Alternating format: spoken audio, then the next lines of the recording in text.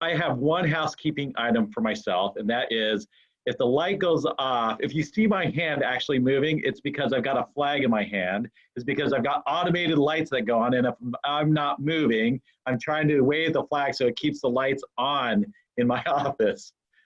So I know that I've got a presentation to share, and I've asked Mike whether or not he could allow me access to share a presentation that I want to give you, a slide deck that I wanted to share with all of you.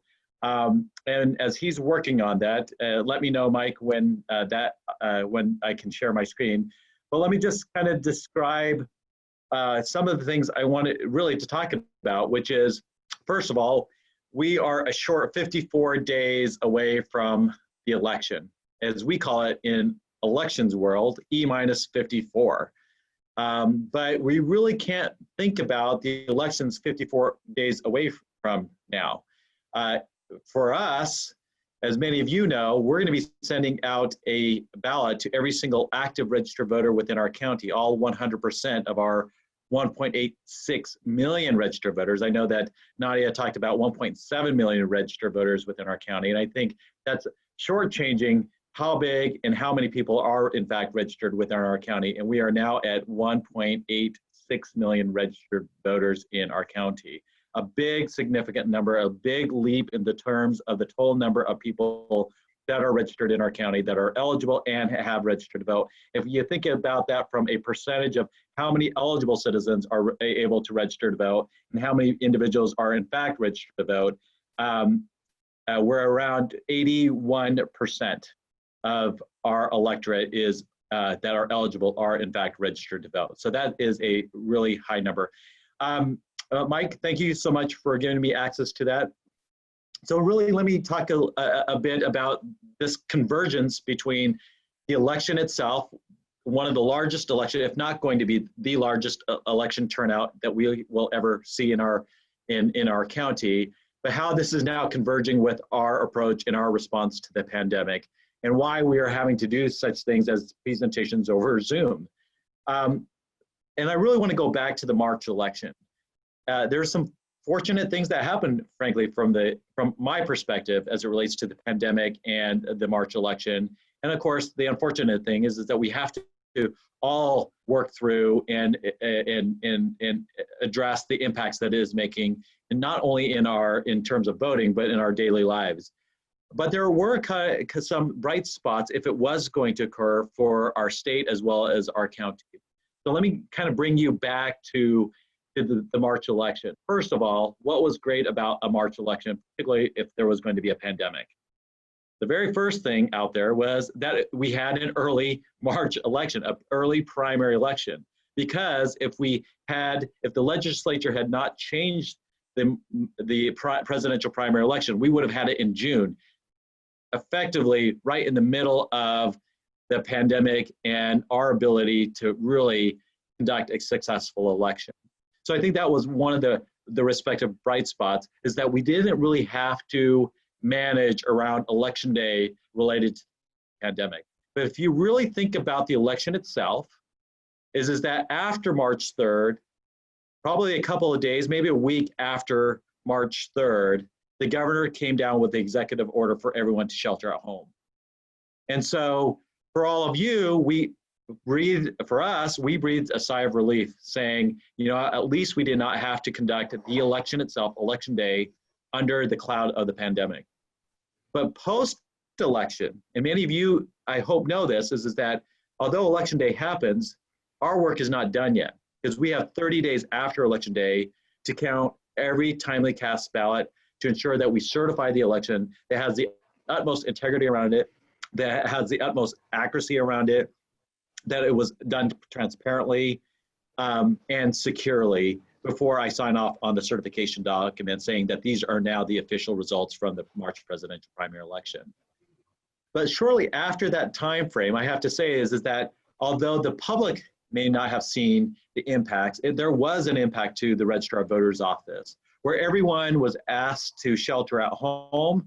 Our office remained here because we are essential activities, essential infrastructure. Our office was classified in 2016's, after 2016's November election, was that elections is a critical infrastructure. And so our office remained here. And when you go from a staff of 6,800 individuals to 1,200 seasonal temporary workers that come on board, you can imagine that how do you fit over 1,200 people into a building the size of the Register of Voters, which is large, which includes a warehouse, but now having to do that in a world of social distancing, where everyone needs to be spread apart 6 feet, particularly in those cases where you're trying to signature verify hundreds of thousands of mail ballots, and it's already, individuals are already packed in, if you will, in like sardines, and now having to figure out how to create 6 feet of social distancing to carry on our work. And that was a real concern with our office, particularly at that time, because no one really knew much about this pandemic. You know, there wasn't requirements of wearing masks. There was a lot of conversations about washing your hands and the social distancing, but not so much as the mask and now what we know of it, about the pandemic as we do today. So we had to really grapple with this, and we sent all those that we could have work from home to do so, and individuals that were high risk. And for those individuals, that was our 65 plus employees that we had to send home to work from home. We really had to maintain the service levels here to allow for observers, the public, to come in and observe and be transparent about our work in terms of how we are signature verifying every single mail ballot, how we are verifying provisional ballots, how we are tabulating voters' ballots after they've been verified. All of that is a public process, which allows for campaigns, which allows the public to come and see into our operations to see that.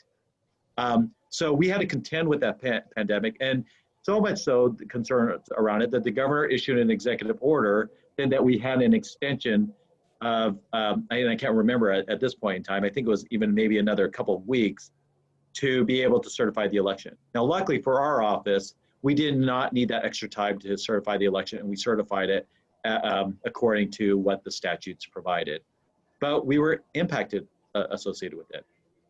Now, if you think about the election itself and the certification of it, shortly after that March 3rd election, I got a call from the Secretary of State's office, or an email from the Secretary of State's office, asking me to participate on a task force, not only with other colleagues of mine, but also from advocacy groups, from political not so much as even the political parties, but from the state legislature, from the governor's office, to start talking about how we're going to prepare for the November election. Because if you think about the election, our office effectively prepares an election as soon as the next one is over. And so we had already anticipated and started planning after the November election what the 2020 presidential general election or the 2020 election cycle was going to look like and how we would be able to conduct that election, knowing that we had all these lessons learned from the election. And what was the concern at that point in time after the 2016 election? It was all around cybersecurity. It was the fact that we knew that we had to address a presidential primary. It was the fact that we knew that the next presidential primary was going to be large itself. And so when you think about the election, we take 4 years to prepare for the election. And now with the pandemic, you could just see that all the details associated with the election, where we need 7,000 to 8,000 poll workers, where we need an extra 1,200, maybe even 1,300 election workers coming to work for our office and recruiting all of them and training all of them, had to come all together to secure 1,350 to 1,400 physical sites to prepare for the election across 5 different languages, across nearly 3,000, maybe upwards of 4,000 various styles of the ballot in the upcoming presidential election. All of that was concerns, not only in San Diego County, but certainly the state recognized this. And so when you think about the state recognizes this far in advance, that was probably one of the bright spots, is that you had the Secretary of State, the legislature, and the governor's office saying, look, we got to think well ahead of not just about the pandemic itself, but the pandemic and our ability in the state of California to carry on that election for November. And so something that, as I'm going to describe here, that generally takes 4 to 6 years, maybe even 6 to 8 years, is now happening in a 4 to 6 month window, if that is given really to us. I haven't really gone back to the total number of months and weeks that we're even allowed to cut over to an entirely different model of conducting an election. Okay, so let me go ahead and go straight into the presentation. So when the legislature and the governor's office and advocacy groups and local elections officials like myself participated in this conversation about how November's election was going to be conducted, there was a lot of back and forth. There was a lot of disagreements that were happening about how to facilitate the November election.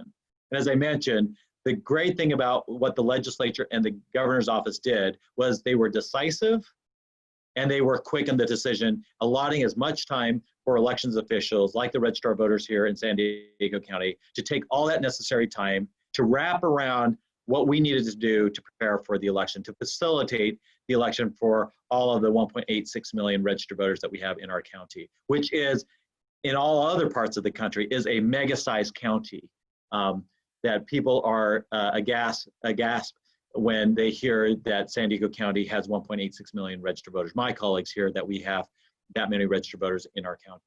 But the fact is, as large as it is, it's very community oriented, which I love about these types of Zoom conversations and presentations that I'm able to participate in. But once we were able to understand the policy implications around what the governor and the legislature was planning on doing and the governor's executive orders, we will then had to hold ourselves up, if you will, and really work out the details internally. And that's what I'm going to be describing here is that we really had to wrap our arms around the fact that fundamentally the things that we were thinking about 4 years ago was not going to transpire for the upcoming November election.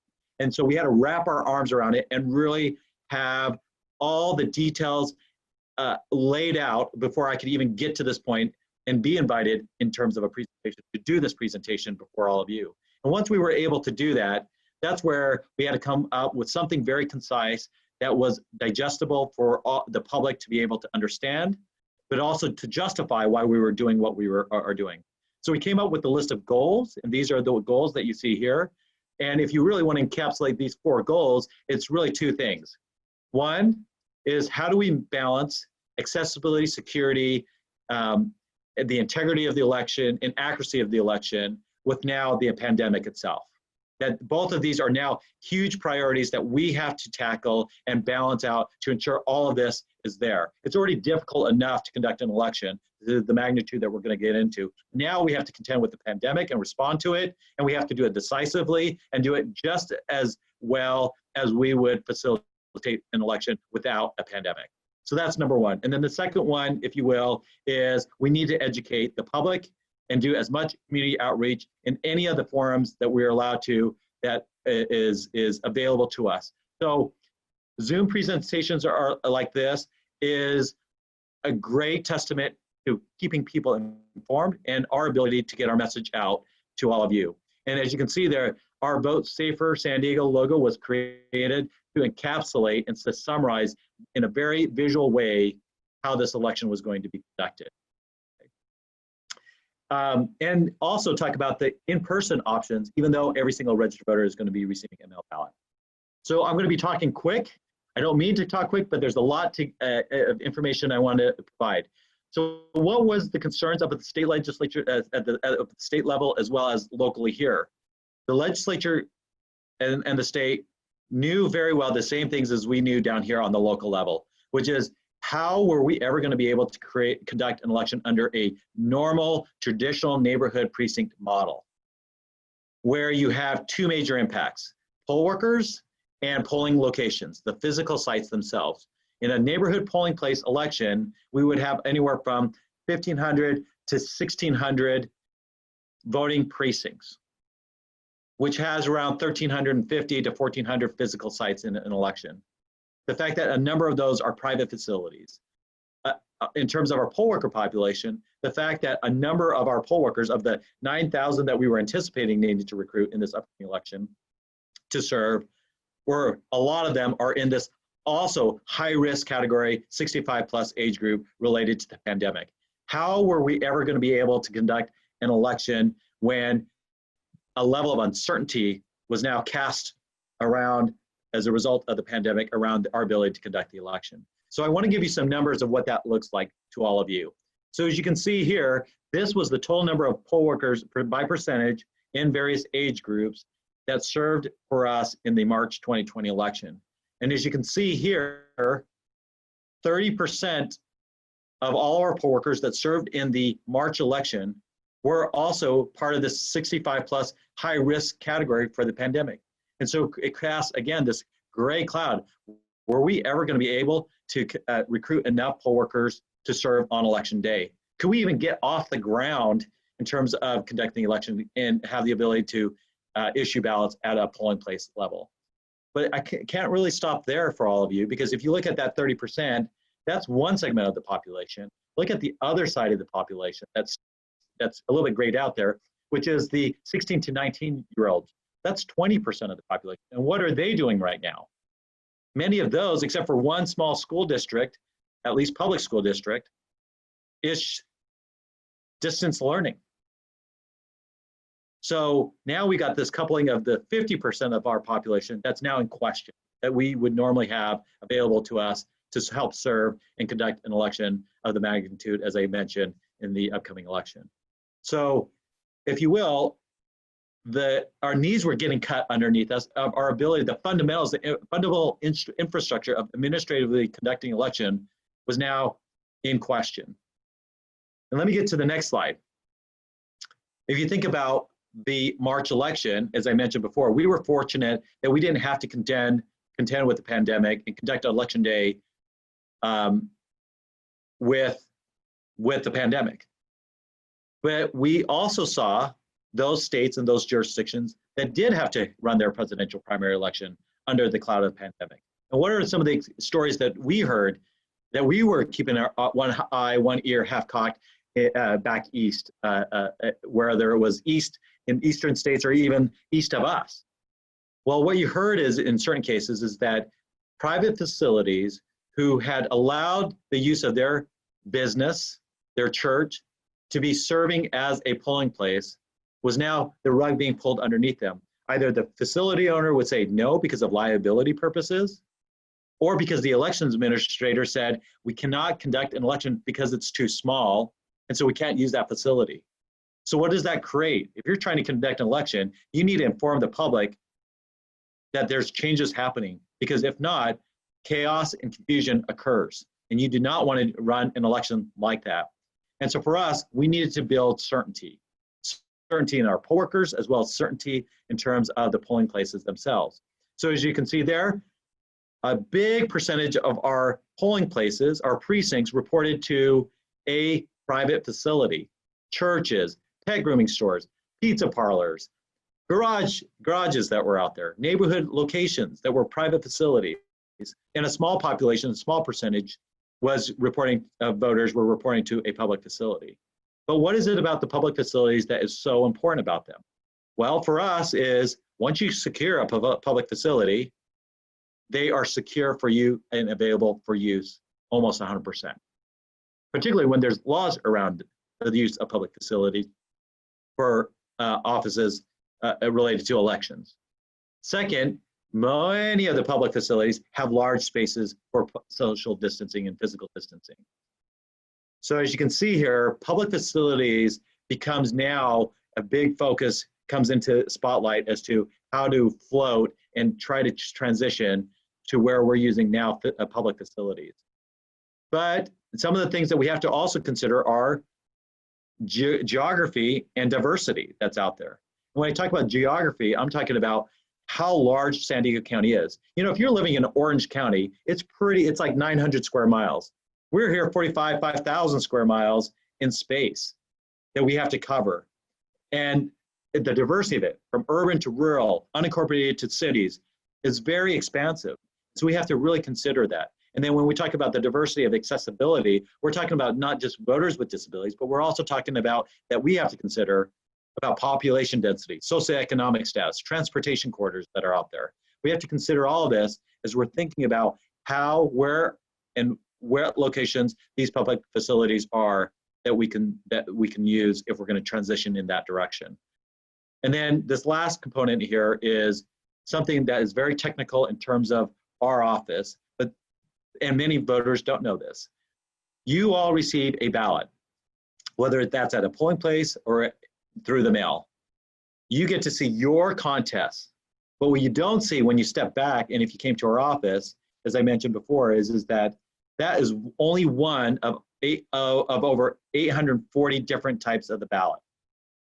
Okay, over 840 different types of the ballots, because we live in different congressional districts, we live in different cities, we live in different city council districts, we live in different board of supervisors districts, we live in different congressional districts and school districts and healthcare districts and water districts and fire protection districts, and the list goes on and on and on and on. And when you overlap all these different political boundary lines, that creates very small units throughout the entire county, which you'll get to see a map of it. And when you think about that, that's what we're managing to. At the end of the day, we are managing to 430 different political districts within the county. Okay. So that's what we talk about when we have to administratively manage the election. We have to think about those 4 points that you see there, but also what is ultimately going to be on the ballot. And we really don't know what's going to be on the ballot until candidate filing ends. And candidate filing ended on August 7th. And then there's certain contests that allows for a 5-day window, because if the incumbent doesn't file for office, then it opens that office back open for anyone else to file for office because the incumbent didn't file. So now we're waiting for the 83rd day before the election to figure out, what is this election even going to look like? So although we were planning 4 years in advance, we really don't know the characteristics of an election until well into around 79, 76 days from the election. And again, as I mentioned, we're at E-minus 54. So we really didn't even have the full picture of this election until a couple weeks ago, maybe about approximately a month ago. Okay, so we are off to the races now in terms of our preparations of getting ballots printed, sample ballot pamphlets printed, making sure that everything is accurate across 840 different types of the ballot. But then you can't stop at 840 different types of the ballot, because why? Because you have to multiply that by 5. Because we have 5 federal languages that we support: Spanish, Filipino, Vietnamese, and Chinese, as well as English. So we're now running really an election parallel with one another, 5 different ways. Okay.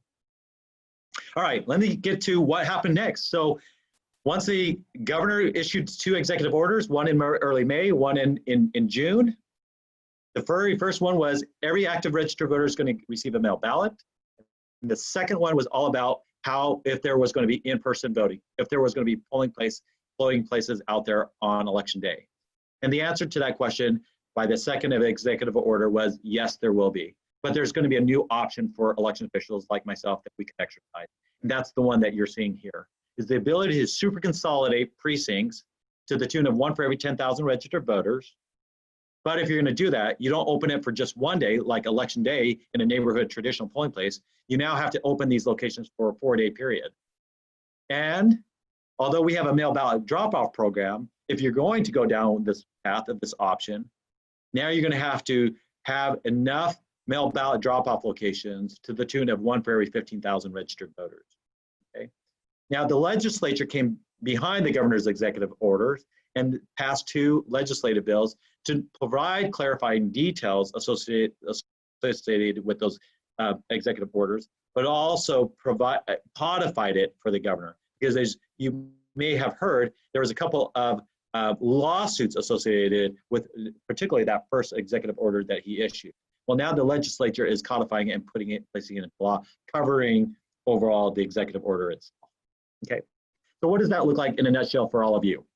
As I mentioned, and you'll hear me say it again, in response to the pandemic, the safer option to vote is that mail ballot. So every single registered voter in our county and across the entire state, active registered voters will be receiving a mail ballot in the upcoming election. Second, what are the 3 options for polling place voting? Well, there's the traditional model, which we know about. We've been running that model, frankly, for every election that I've conducted here that is a major election, and probably for decades, if not hundreds of years. But also, there's the third option there, which is what is known as the Vote Center model or the Voters' Choice Act model, which a number of counties, I think there was like 15 to 18 counties that went with that model in the March election. That requires Board of Supervisors approval on that. And what also was required based off the executive order as well as the legislative bills was the fact that a robust voter education and outreach campaign needed to occur. Now, if you looked at the March election, this is how we ran the election, right? 74% of the electorate at that point in time was already a permanent mail ballot voter. Where are we at today? We're at 76.5% of our registered voters are a permanent mail ballot voter. So it's inched up even though we're going to send everyone a mail ballot. So our county is already used to voting by mail, because historically, for decades now, people have gravitated towards voting by mail. It's their preference. They've seen the convenience around it, and they know that how to ensure and have safekeeping of their mail ballot and how to vote it. But as you can see here, is we have 1,548 precincts, and our mail ballot drop-off program, which at that point in time in the March election was not a requirement by law. It was actually a service that we wanted to institute here at the Registrar of Voters to give voters another option to deliver their mail ballot back to our office. And we've grown that program to the tune of 62 sites during the March election across a 7-day period, is what we did in that election, which of course the data shows voters have a tendency of returning their mail ballot around 7 days in advance of the election. We do see many voters that return prior to then, but the bulk of the mail ballots are coming in during the 7-day window prior to election day. Although it wasn't required, we ran a very robust voter education and outreach campaign because it was a presidential primary election where your party status mattered. How you were registered in a particular party mattered because the parties exercised their right to close off their presidential candidates to only those that were either registered with their respective political party or maybe open it up to nonpartisan voters. The Democratic Party did that, but the Republican Party closed it to everyone except for those that were registered with their party. And voters, the lay voters that is out there, does not necessarily remember how they registered to vote. So we wanted to launch into a very rich and robust campaign to let voters know how they were registered with our office and to change their political party if should they want to vote for any specific slate of presidential party candidate that's out there. So let's talk about the November election. So we are taking the super consolidated model, if you will, option number 2 in purple that you see there. Okay, so I've already said 100% of all voters are going to receive on October 5th, starting on October 5th, 100% of all registered voters in our county are going to start seeing their mail ballot inside their mailbox. And what you will also see, though, is those 1,548 neighborhood precincts are now going to be consolidated to 235, what we're calling super polls locations that will be open for a total of a 4-day period, Saturday, Sunday, Monday, and then Tuesday. So October 31st through 8 p.m. on November 3rd is when the time frame of they're going to be opening. So I would say that it's not limiting it, it's actually fewer locations, but for a 4-day window. So there's some trade-offs that are going here. Why? Well, because those 235 sites are going to be much larger in space. As we talked about, no less than 2,000 square feet in space is what we're looking at, of the sites that we're going to have to allow for the social distancing, but also to address the capacity and the turnout that we plan that generally happens every 4 years during a presidential general election. The second thing that I want to mention is that 235, if we wanted to really meet the minimum, if we just wanted to meet the minimum of law, we would only need 184 locations. But as we looked at this, when we stepped back from the election, the legislature's move, the state and the governor's move was never for us about a threshold. It was not a 1 for every X registered voters. For us, we were all about data. We were all about how many individuals, how many voters do we think are going to vote at a polling place? And so we had to go back to history. Now we know in the last 4 November presidential general elections, we had an average of a 79.5% turnout. The highest turnout was the 2008 presidential general election, the first Obama election. That was an 84% turnout. The last presidential general election in 2016 was an 81.5% turnout. But how many people voted at the polls during the 2016 election? The numbers have been going down because more people are voting by mail and signing up to be a permanent mail ballot voter. But you still had 500,000, nearly 500,000 people vote at the polling place. So for us that's the number that we have to potentially project down. How many of the 500,000 voters plus are going to now vote by mail because we're sending them a mail ballot? And then how many of those individuals will not go to a polling place because of the pandemic itself?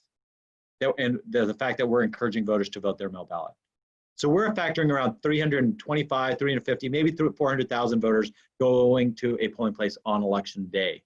Still a significant number, okay, to be taken for granted. So when I say 76.5% of the electorate are a permanent mail ballot voter, that means 23.5% aren't.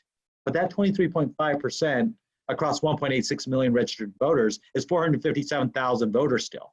We don't know what voter behavior is going to look like. And that's one of the, probably the excitement around conducting elections. For some, you have to stomach it. You have to gird your loins if you're an election official to be able to understand that there is some uncontrollable nature about elections, because at the end of the day, you can have all these sites and available to you and have them solidified, but you don't know how voters are going to behave. Are they going to vote their mail ballot? Are they going to go to a polling place? Are they going to make a mistake on their mail ballot? How many people are going to make a mistake on the ballot, need a replacement ballot? All of these scenarios are running through our heads as we're trying to dissect the election to figure out what is the right ingredients to conduct a well-run election. As you can see here, not only are we going to have 62 locations, we're going to have 126 mail ballot drop-off locations, over double the amount that we're having in the March election. Not only are we going to have it for 7 days, a period of 7 days, we're now quadrupling the total number of days that these staffed mail ballot drop-off locations are going to be open.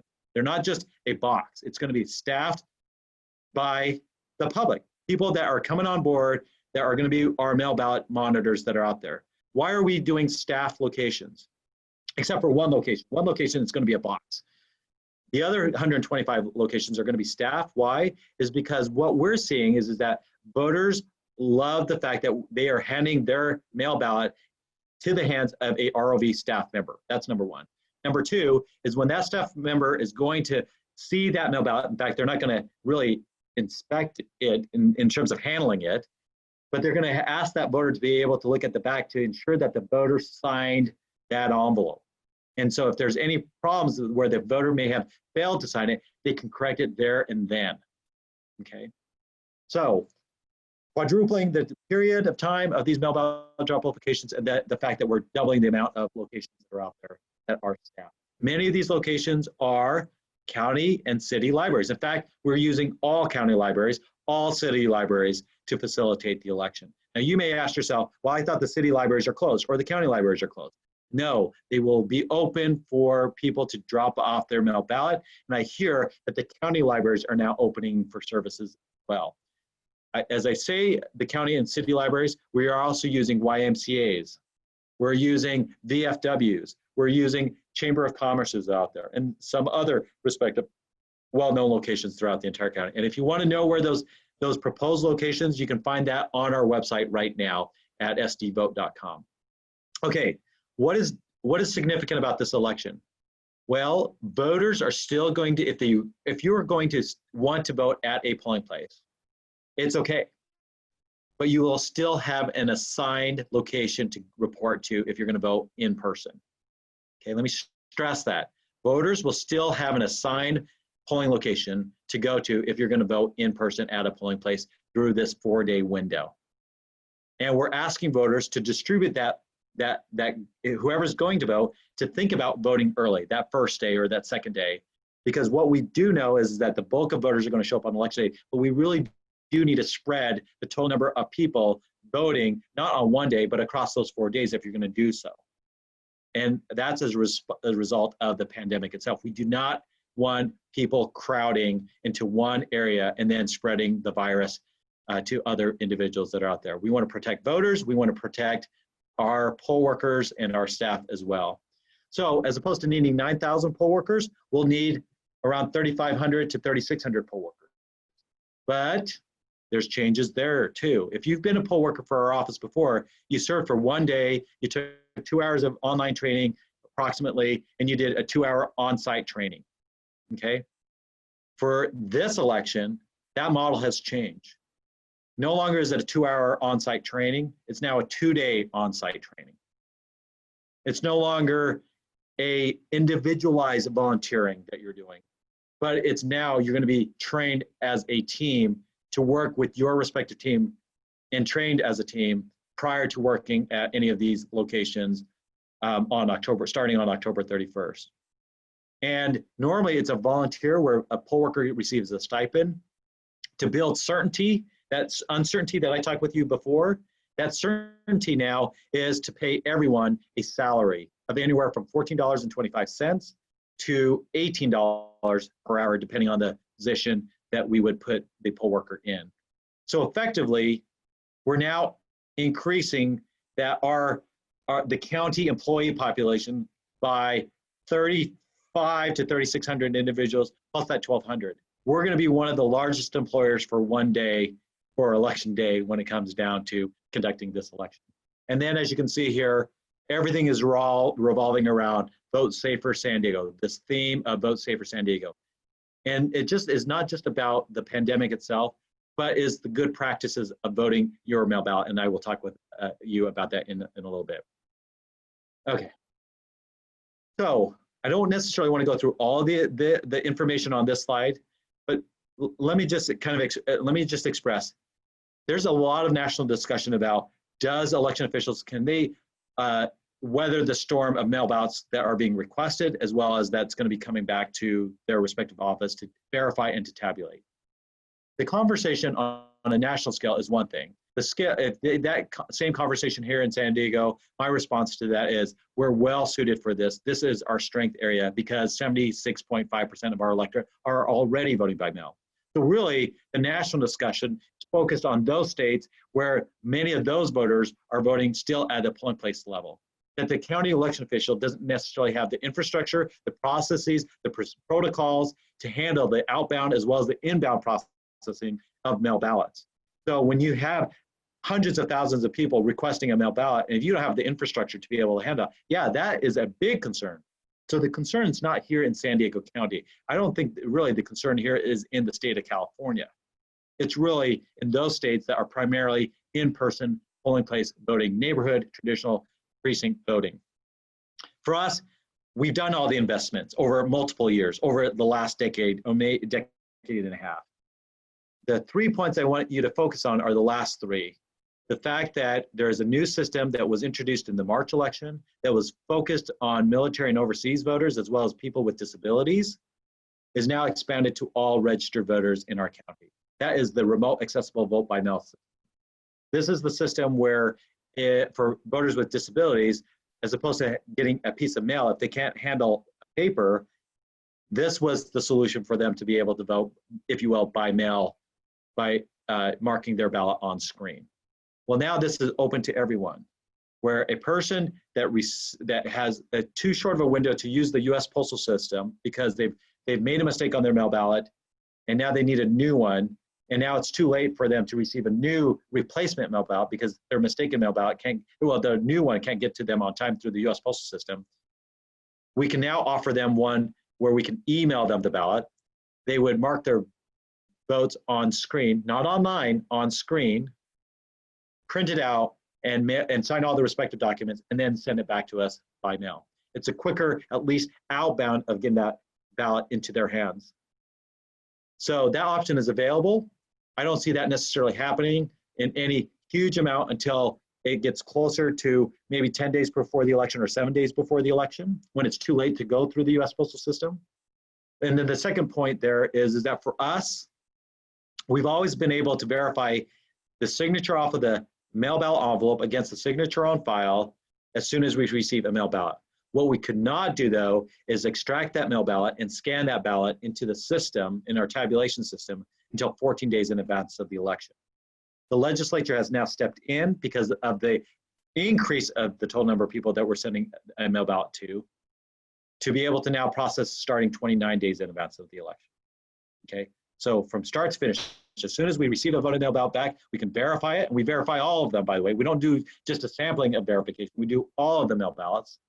And as soon as we verify it, we can extract the ballot out of the envelope and scan it into our tabulation system. And the last point there, if there was any concerns about the U.S. postal system, so long as the ballot is postmarked on election day and received now 17 days after election day, that ballot is considered timely cast. Operative term, postmarked on election day and received within 17 days. Okay, that ballot is timely cast. Before it was postmarked on election day and received 3 days after election day, it was timely cast. But the legislature stepped in and now has added an additional 14 days to that window.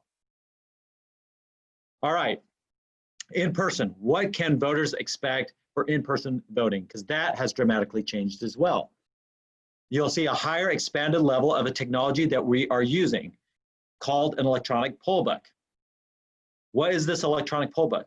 If you go to your polling place, you're used to signing into a paper roster, right, which is all of the voters that are assigned to that respective precinct that are eligible to vote in that precinct, and that ballot, that specific ballot type is there for that voter. Well, now that paper roster is now gone, and we've introduced an electronic poll book, which effectively is the same thing, just on an iPad. And the important piece to this is that electronic poll book has the disposition of every email ballot of every voter in the county. So this notion that a person can vote their mail ballot and go to their polling place and vote there and double vote is incorrect. Because when a voter shows up, the poll worker is going to look up that voter, and it shows that that person has already voted and we've received their mail ballot back.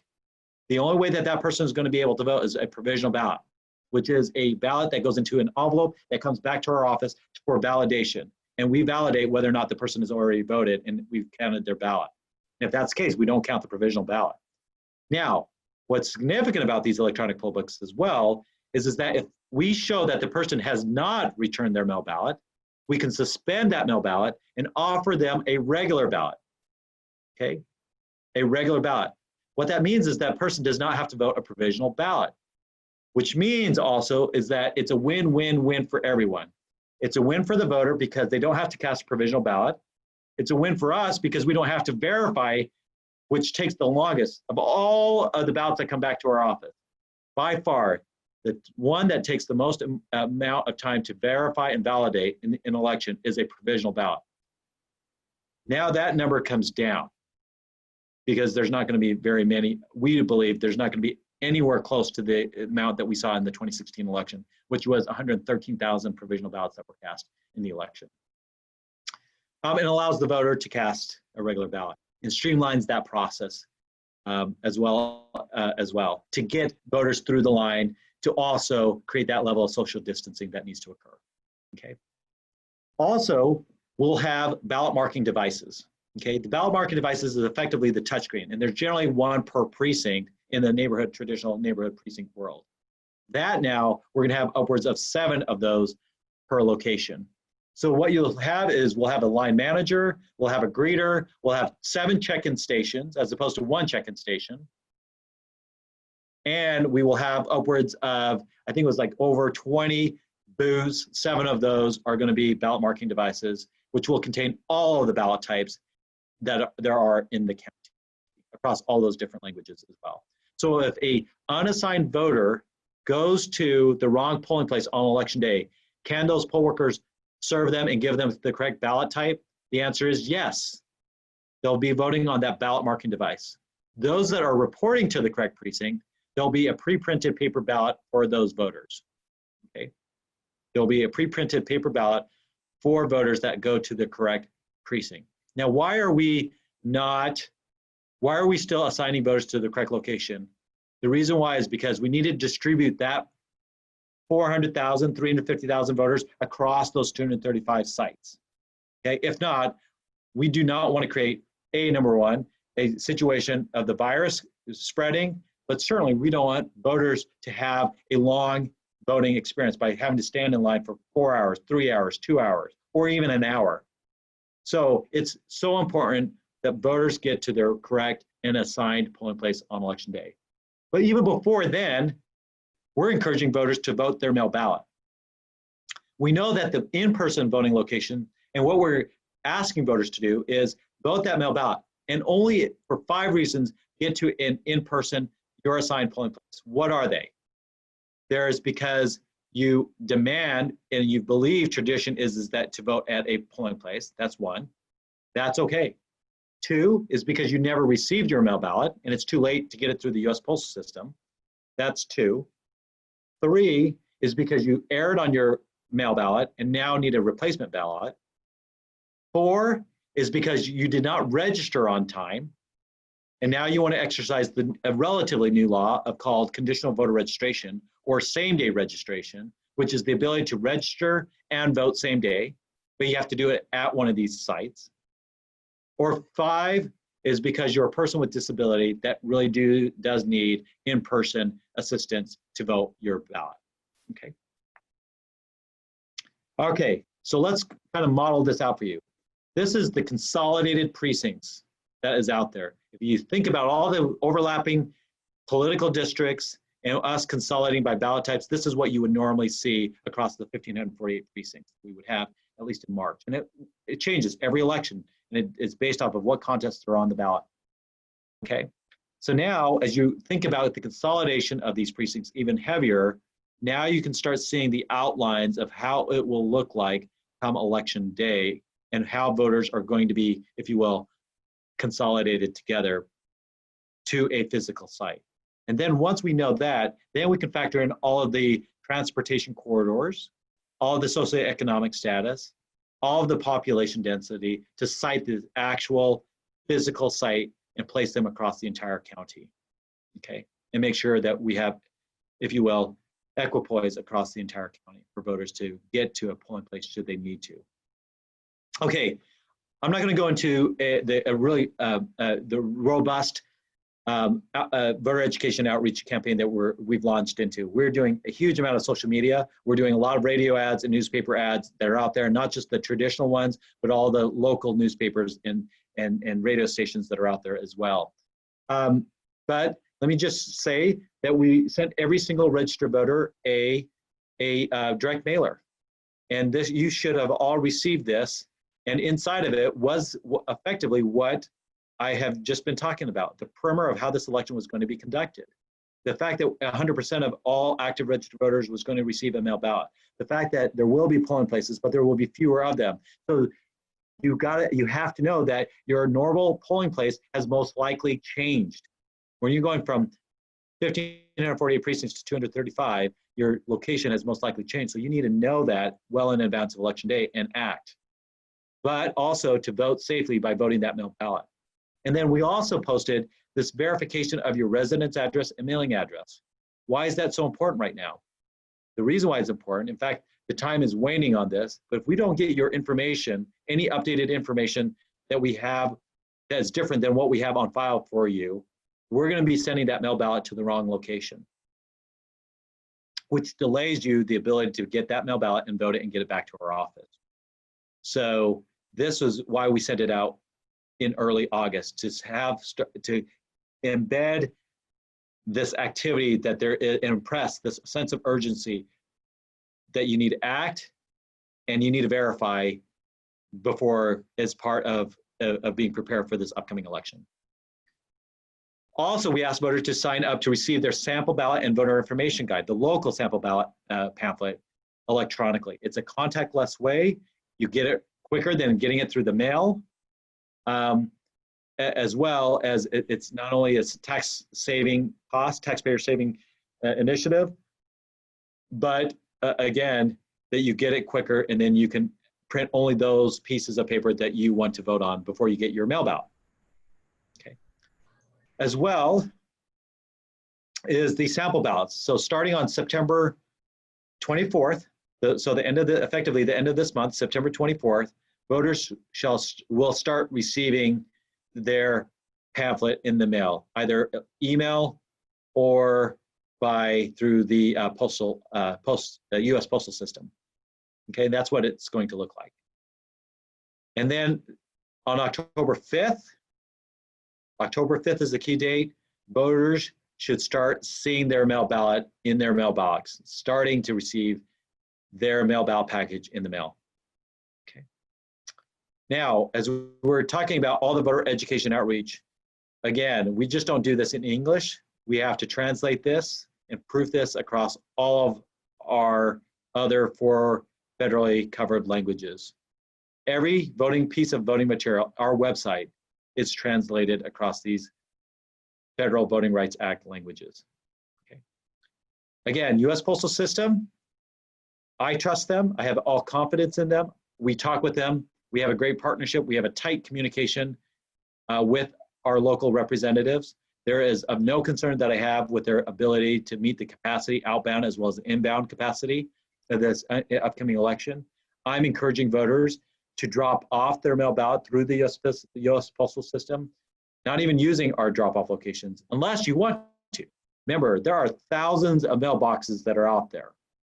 There's only 126 mail ballot drop-off locations. The more convenient locations will probably be in your neighborhood, in your the block.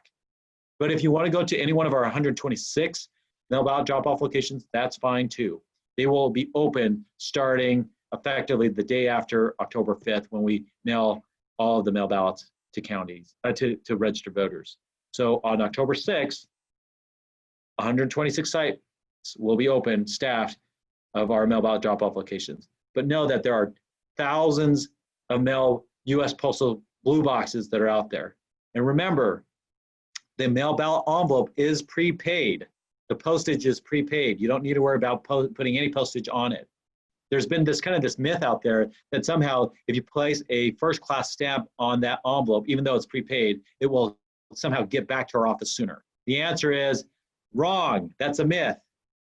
The prepaid postage that we have in arrangements with the US Postal Service already classifies this postage that we're paying as first-class mail. So all you're going to do is you place a stamp on there is waste your money. Okay. There's also service that the US Postal System have it's called informed delivery. It's the ability to receive in your inbox the image of all of the letters that you're going to receive in your mailbox for that day. It's called informed delivery.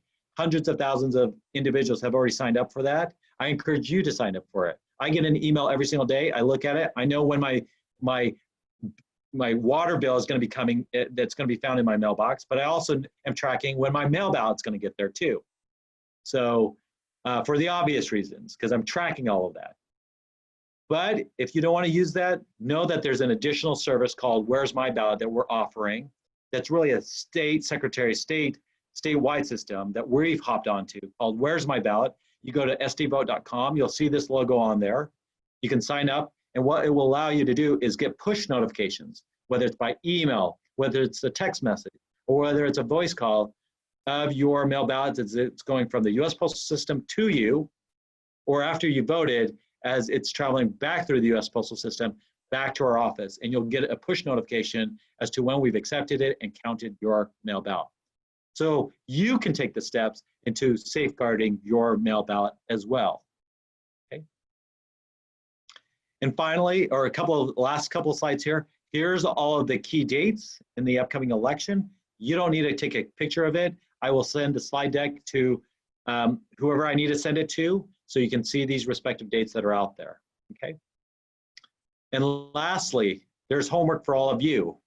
Similar to being on this chat, this presentation, and hearing all of this, we want you to communicate all these significant changes to your friends, to your family members, to your neighbors, to any other organizations. You know, it's kind of interesting. My good friends that I was speaking with this past weekend, we were talking about elections. And I asked them, did you receive the mailer that we sent that to you?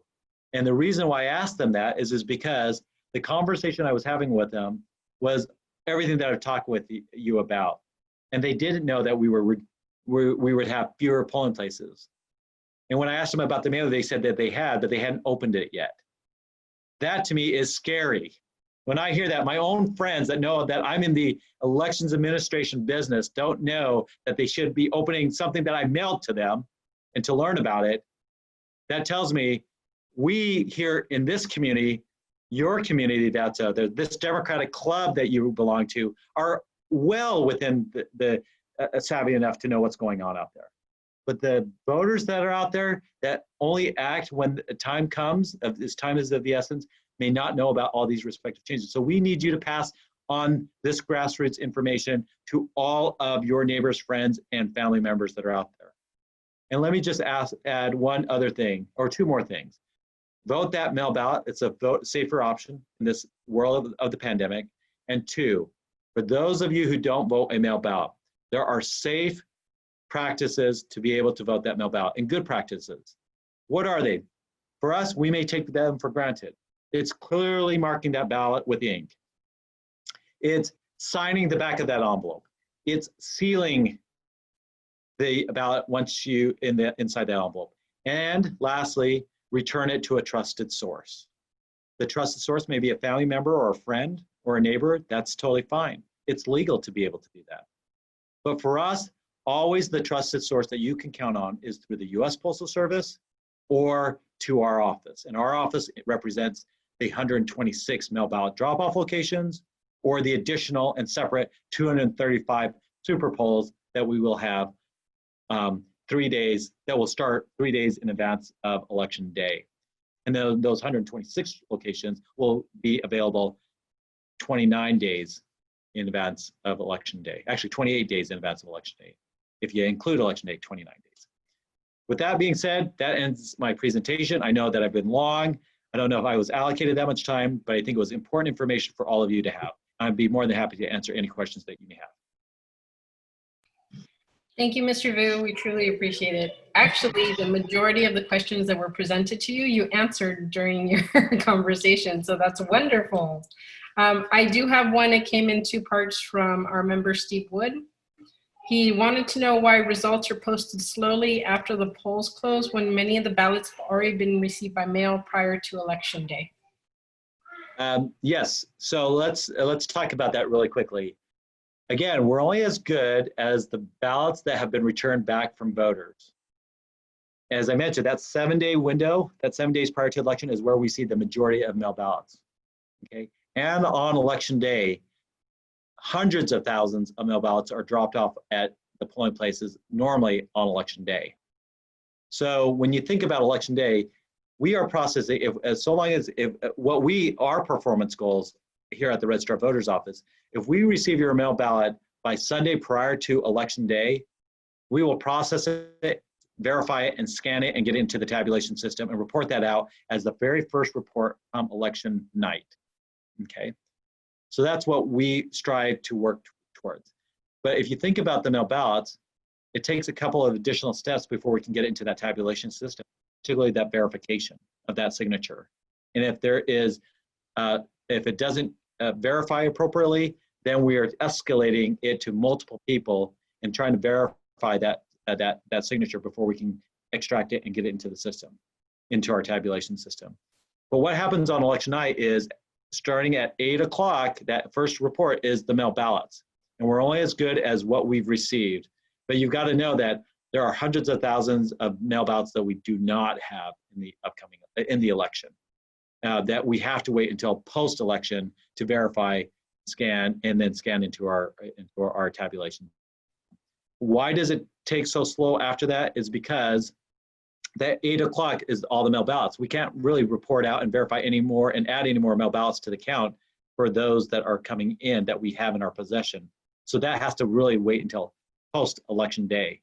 What comes in then is those that are cast from the polling places, okay? So in the March election, we had the poll workers having to reconcile their respective polling place, package all of their voting materials, drive it to a drop-off site called a collection center, and then that collection center then drives all of that, the voted ballots back to our office. That takes time. And so after 8 o'clock, there's generally a lag period of time before we actually start seeing voted ballots from the polling place level. And normally I say 9:30 to 10 o'clock is when you start seeing the trickle of polling place ballots coming in that we can actually start scanning in. And after 9:30, 10 o'clock, then we start seeing this deluge of precinct ballots coming in from all of the respective polling locations across the entire county. It's a long answer for it, but ultimately it's about the logistics and then how voters are. Remember, as I also mentioned this, particularly in this November election, the polls cannot close until every single registered voter that is in line at 8 p.m. has the ability to cast their ballot. And so again, there could be a potential delay there. It is because voters are still voting. Thank you so much. This one you answered in part, but I think it's just for us to reiterate. It's from Bonnie. It says, according to NPR, over 500,000 absentee mail-in ballots cast in this year's presidential primaries were rejected by state election boards. The most common reasons for rejection are late arrivals, signatures that are missing or don't match those on file, and errors in marking candidates. This could make the difference in November and swing some states. What is San Diego County and the state of California going to do to alert and educate our voters in order to minimize these errors? Could there be public announcements made on TV, social media, radio, etc.? So the answer is yes. We are going into the most robust voter education and outreach campaign that we ever have in the history of our office. You don't change the model of an election on a dime like we are doing. And if you're going to do that, you have to make sure that you're spending a lot of money to get all the research out there, whether it's Zoom presentations like this, whether it's more grassroots, or spending the money to do radio ads, TV ads, be online marketing, and we're doing all of that and more. Social media, that's out there. So if you have not followed us on Twitter or Instagram, please do so, because if you go back and look at SD Vote, you'll see all of these social media tweets that we've been doing. If you're not listening to KPBS, if you're not listening to radio, we're on there right now trying to convey important messages at this point in time of the election cycle. But when it comes down to protecting a voter's mail ballot, know that, again, as I mentioned, the legislature, it has extended the timely receipt of a mail ballot so long as it's postmarked on election day, 17 days after election day. That's a 14-day addition to what was normally a 3-day window of time.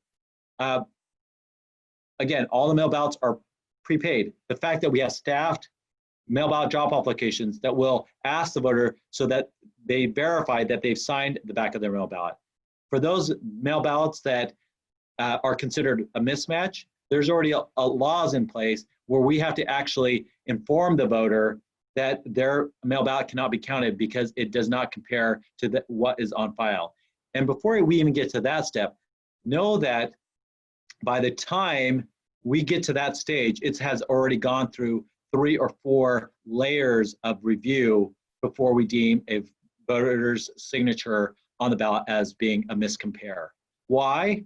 Is because we err on the side of the voter. There's already a liberal construction of the law that we have to err on the side of the voter, and that we're not looking for an identical match. We're looking at various characteristics of that signature, the slant, the unique characteristics of that signature and what is on file with our office. And not just their latest registration form, but any registration form, any document that we have for that respective voter that's out there. So for us, 99.5% of all mail ballots that were cast are counted in our election, if not higher. Perfect, and that answered actually the next 2 questions that came in all at one time, so we thank you.